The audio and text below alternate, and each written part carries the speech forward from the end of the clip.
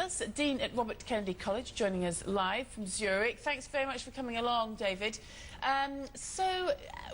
From the informal meeting we had of EU leaders last night, it looks like Greece staying in the euro is the line that's being trotted out once again. Would it not be easier, though, for Greece to leave, devalue, start all over again?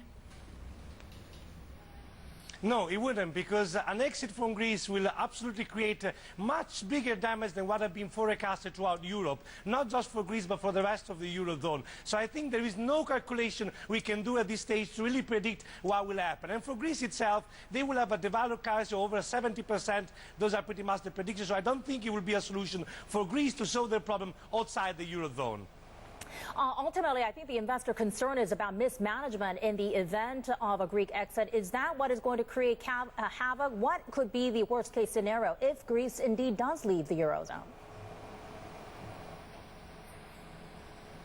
Well, the worst-case scenario is the banks are not ready for a Greek exit. And as such, if there is an exit of Greece, unexpected or even pre-packaged, there will be a potential run at the bank, and that's the worst-case scenario in many European countries. And that, of course, will create panic, will create a big damage for the market, but also from small investors really running to the banks, and the bank not have enough liquidity to meet the demand of investors wanting to withdraw the euro from the banks, and not just in Greece, of course, throughout Europe. So that really is a worst-case scenario, which I think hasn't been given enough consideration on those discussions so far.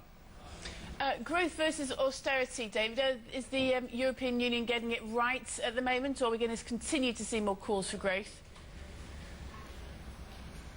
Well, yes and no. I think it is very difficult in a climate of austerity to have growth. So there has to be a model which is more consensus-wide, like the one proposed yesterday by the French and the Italians, and not just the German model. I don't think that's applicable throughout Europe. So more consensus on different opportunity, different possibility to really have, maybe in some parts, more growth and less austerity.